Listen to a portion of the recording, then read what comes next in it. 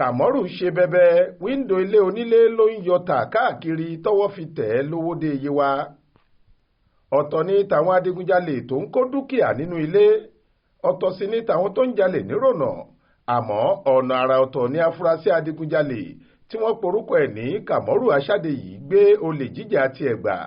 Kò fọ́lé, kò sì kó ẹrù inú yàrá, àmọ́ gbogbo wíńdò ojú fèrèsé, àgàgà àwọn wíńdò alálùmí, ìyẹn wíńdò ìgbàlódé tí wọ́n fi òjé alumíníọ̀m àti gíláàsì ṣe, yíyọ ni Kamọru yọ wọ́n tó sì ń lọ tàwọn jẹun kọ́wọ́ pálábá rẹ̀ tó ségi.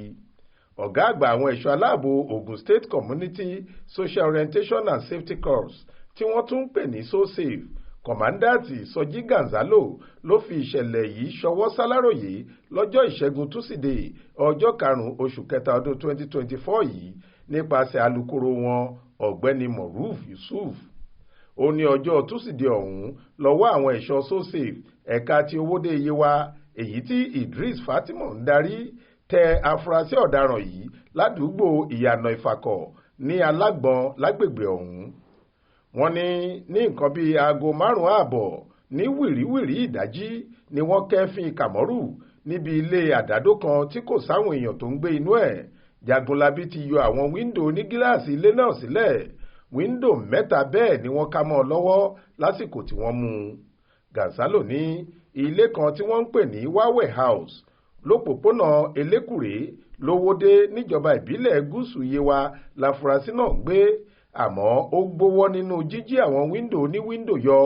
Wọ́n ní gbogbo wíńdò àwọn ilé kan tó wà lọ́nà ìfàkọ̀ ládùúgbò ọ̀hún ló ti jí yọ tán.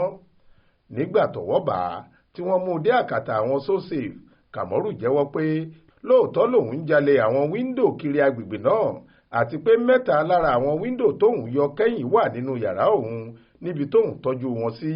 Ó ní níṣe lòun ń tà wọ́n jẹun. Wọ́n tẹ̀lé dé ilé tó ń gbé náà, wọ́n sì bá àwọn ẹsíbíìtì ọ̀hún níbẹ̀. Ṣá Gonzalo láwọn ti parí ìwádìí ráńpẹ́ tàwọn, wọ́n sì ti fa Kamọru àtàwọn ẹrù ẹlẹ́rù tí wọ́n ká mọ́ ọ lọ́wọ́ lé àwọn ọlọ́pàá ẹ̀ka owódé Ẹ̀gbádò lọ́wọ́ fún ìtẹ̀síwájú ìwádìí. Ó ní wọn yóò fojú afurasí yìí balẹ̀-ẹjọ́ láìpẹ́. Faith Adébọ́lá ló ń jábọ̀ ròyìn fún iléeṣẹ́ tẹlifíṣàn Aláròyé online.